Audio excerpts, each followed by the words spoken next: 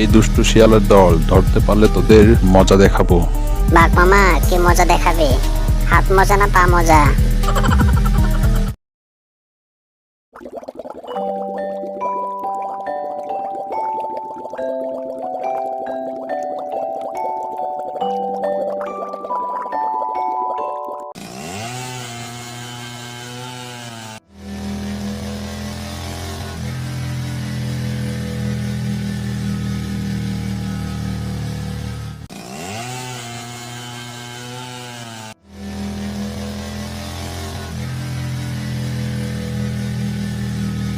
আজ অনেক বেশি বেলা হয়ে গেল, বেশি মাছ ধরতে পারলাম না।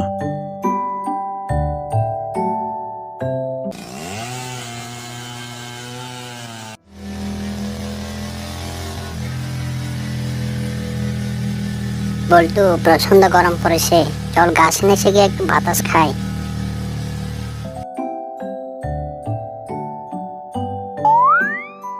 আরে বাস বল্টু, এদিকে দেখ, বাঘ মামা মাছ ধরছে।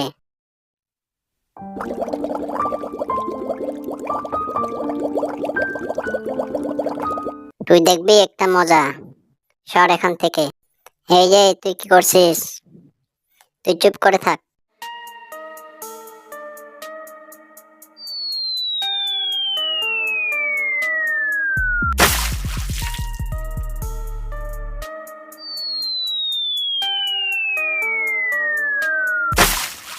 এই কে রে, পাথর ছুঁড়ে মারলি? পাজে শিয়ালের দল, তোদের কাজ আমি সারবো না।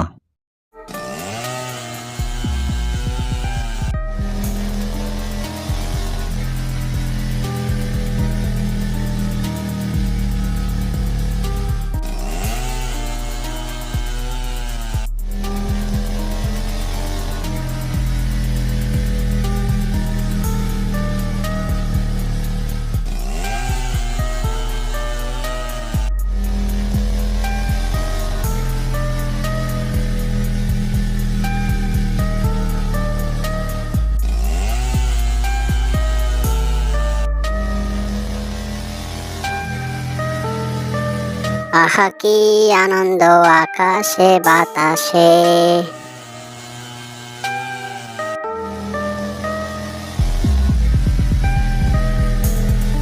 এই দুষ্টু শিয়ালের দল ধরতে পারলে তোদের মজা দেখাবো। এই পাজে শিয়ালের দল, দাঁড়া তোদেরকে। বাঘ মামা কি মজা দেখাবে? হাত মজা না পা মজা?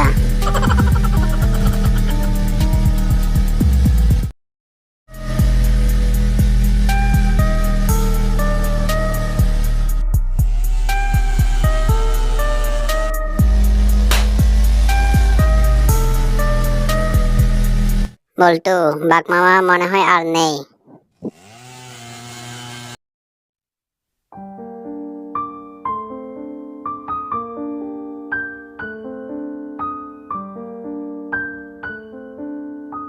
পাখিদের জঙ্গলে ছোট একটি পুকুর ছিল।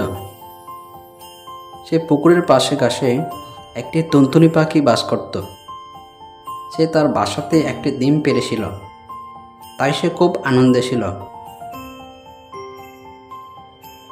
আমার আজ খুব আনন্দ হচ্ছে, কদিন বাদে ডিম ফুটে সুন্দর সুন্দর ফুটফুটে একটি বাচ্চা বেরোবে, আর সে আমাকে মা মা বলে ডাকবে। এ বলে টুনি ডিমে বসে তার দিতে থাকে।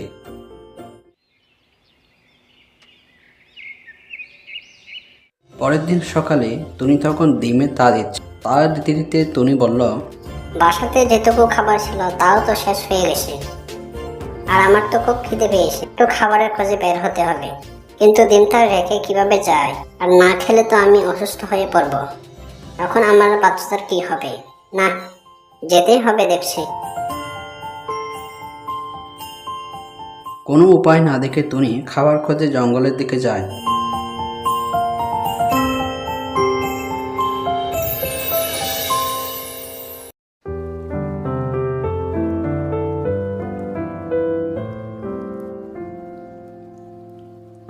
দেখি ওই জঙ্গলে এক দুষ্টু রাক্ষস ছিল। সে তার খাবারের খোঁজে বেরিয়েছে।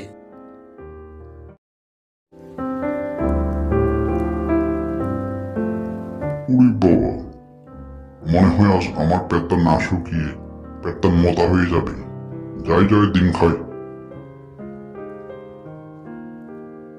তখন রাক্ষস ডিম থেকে খেয়ে ফেলে আর সেখান থেকে চলে যায়।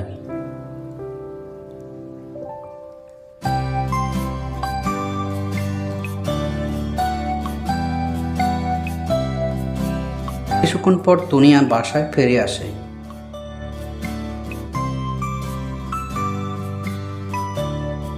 হায় হায়, আমার একে সর্বনাশ হলো, আমার ডিমটাকে খেয়ে নিল।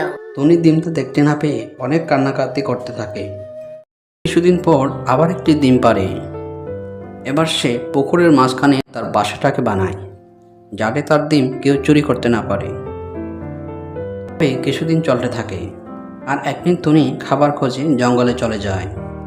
চলে যাওয়ার সময় সে পুকুরে ঘাস আগাছা দিয়ে ভর্তি করে ফেলে, যাতে রাক্ষস ভাবে টুনি ডাঙায় ডিম পেরেছে।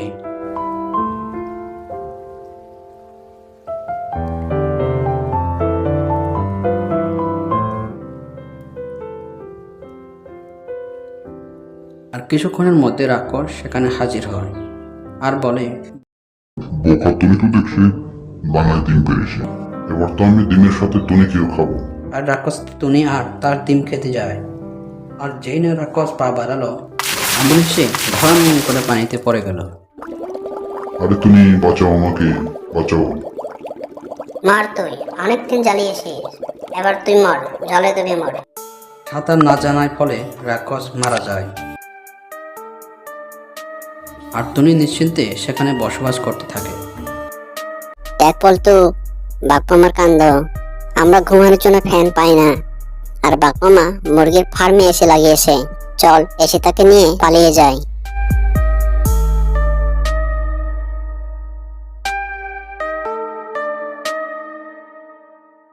এসে তো নিয়ে এলাম, কিন্তু কারেন্ট তো থাকে না রে। আরে চিন্তা করিস না, সোলার দিয়ে এসে চালাবো। মিসকে বানর তার গাছের সোলার বসিয়েছে, ওটা চুরি করতে পারলেই পেল্লা ফোটে।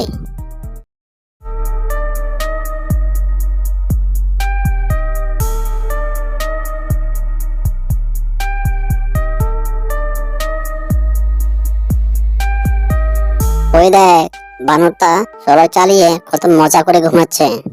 আমরা এই গরমে লচ্ছদিনে ঘুমাতে পারি না, আর এই বেটা আরামে ঘুমাচ্ছে। চল সোলারটা নিয়ে পালিয়ে যাই।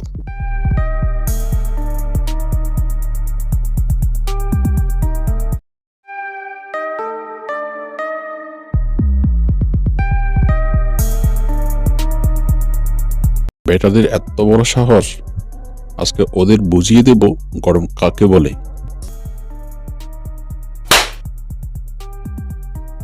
এই বলতু, আমাকে মারলি কেন রে? চোখ খুলে দেখ সামনে কে।